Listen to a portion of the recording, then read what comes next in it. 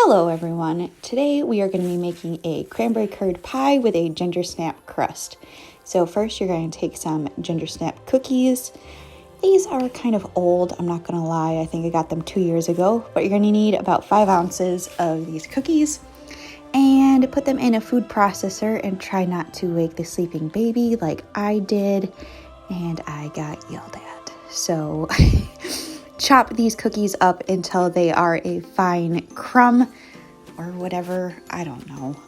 This blender didn't work the best, so if you have a food processor, I hear that would be a little bit easier. So here I am, I don't know why I'm doing this. I'm measuring out to make sure I have over a cup of cookies. I think you could probably use a little bit more. You'll see why later on. So once you have all those cookies chopped up, check your recipe again because I don't know what the heck I'm doing. Then you're going to take 3 tablespoons of brown sugar and dump it in with the cookies. And this is for our crust, if I didn't mention that already. Then you're going to take 4 tablespoons of melted butter or about half a stick of butter, mix that all together.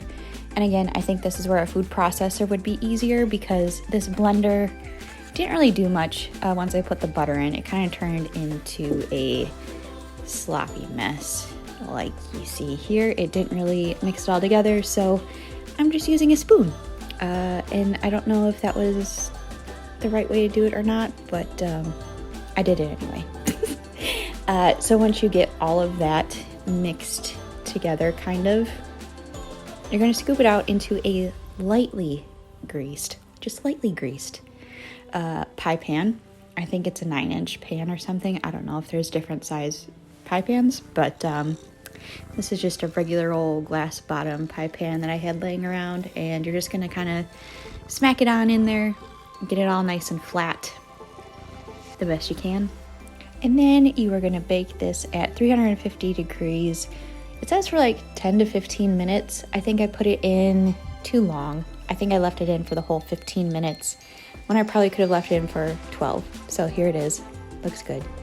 Now here comes the fun part for the curd. You are going to take 12 ounces of fresh cranberries and you are just going to add in 1 cup of water and put that over medium-high heat to get those cranberries, what's the word I'm looking for? Simmering. You're going to simmer those in a saucepan uncovered for about 15 minutes until the cranberries all pop and the mixture gets thick. So you can see here it's getting thick. Then I'm taking an immersion blender and just blending those until they're nice and smooth while the mixture is still hot. Let it cool for a few minutes, but then come back in and kind of blend everything up until all the chunks are gone. So we are just going to keep blending. This took a really long time, not gonna lie. Then you're going to add 2 egg yolks to that mixture. Oop, those are the egg yolks. You're going to add 3 eggs, then 2 egg yolks. And then you're going to add another half a stick of butter, 1.5 cups of sugar, and then half a cup of fresh lemon juice. For those of you out there keeping score, 1 whole lemon does not equal half a cup of lemon juice like I thought, but I did have key lime juice in my fridge, luckily, so I just added that with my tiny bit of lemon juice that I did have. And you can definitely tell that there's key lime juice added in there. So if you're planning ahead, get more than 1 lemon because you're going to need it. So then you're just going to stir this up till it gets thick enough to coat the back of a spoon like you see here. And this took about 10 minutes on medium heat. So once you have that all mixed together, you're going to push the curd through a strainer. This was a process. Get a little bit bigger of a bowl. So I just dumped it in through just like a normal strainer into, I just kind of mashed it around, trying to get all the pulp chunks out. But if you're doing this, learn from me, it's messy. I got this stuff everywhere and it wasn't fun to clean up yet. So I woke Porter up during this and my husband came over to show everybody how angry Porter was at me for waking him up. So here I'm just trying to clean everything off. My dog's trying to get in the action. But it looks okay. So I'm wiping this up now so it doesn't stain. And once you let that cool for a little bit, you're going to take another, You're going to take another 4 tablespoons or half a stick of butter, cut it into chunks. Make sure it's room temperature butter, and then just drop it into your slightly cooled curd mixture. And I just took like chunk by chunk in there so it didn't coagulate. I think that's the right word. So just kind of mix that in. You don't want the curd cool enough so it doesn't melt the butter, but you don't want it too hot so it gets gross. So find that sweet spot and then just start plopping in your butter and mixing it in until it dissolves before you add in another chunk. And whisk, whisk, whisk until your arm feels like it's gonna fall off. If anything, you are gonna get a great workout from all the whisking you are gonna do while making this cranberry curd. But it'll be worth it. Trust me, it's worth it. Once you have all the butter added, you're gonna take your cool cookie crust thing, pie crust with the Gingersnap cookies. And then you're gonna take your curd, gotta make it look good for the camera, and you're just gonna pour it on in there. It's a really pretty color, not gonna lie. So here I'm debating if I should keep filling it up way past the crust or if I should just leave it there sitting at the top of the crust. And I said, I've got it, might as well use it. So I probably could have used more cookie crumb crust, but you live and you learn. So I just filled it up way past the crust. And here's me second guessing myself, but doing it anyway because no take backs. So now that I'm looking at it, there's a few air bubbles in there. I don't know why. I grabbed a spoon and tried to pop them out. It didn't really do anything. Yeah, there's some air bubbles. As is life. Get over it, Amber. So then once you get all the air bubbles out, throw it in the fridge for about 2 hours. That's what they tell me anyway. So in the meantime, I'm taking off my makeup and I'm gonna go cut up some deer with my dad. Bye-bye. So we are back a few hours later. For garnish, I'm gonna take these cranberries, put them into water, and then roll them around in sugar for a nice little decoration.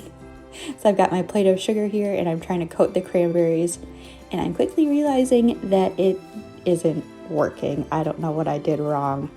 Kind of story of the recipe. And here's my cat Winnie being obnoxious, checking out my work.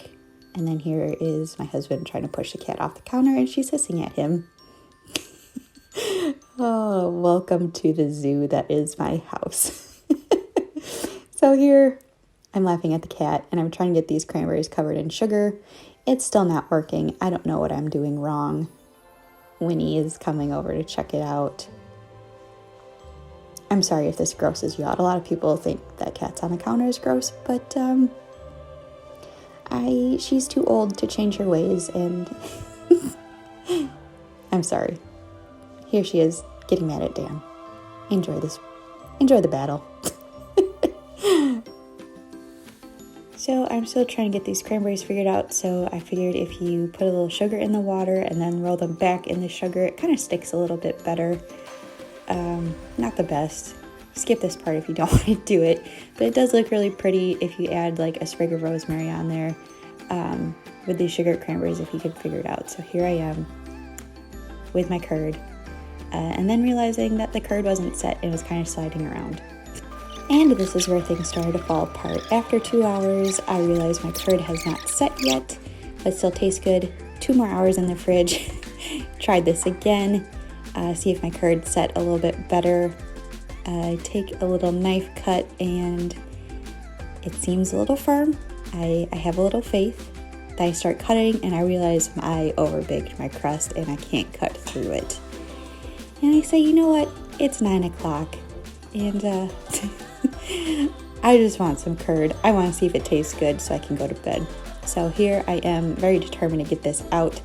And when I try to scrape it from the back, that's when I realize I am in deep, deep doo-doo and it is not going to come out. You can see it just sliding around there. And this is where it falls apart. So here we go. This is me. Don't lick the knife, Amber. Manners. Learn your manners. So I'm like, maybe a spatula will work. Does it work? No, absolutely not. It does not work. And this is when I lose face in my pie. This is where I hope yours turns out better than mine. It is soup.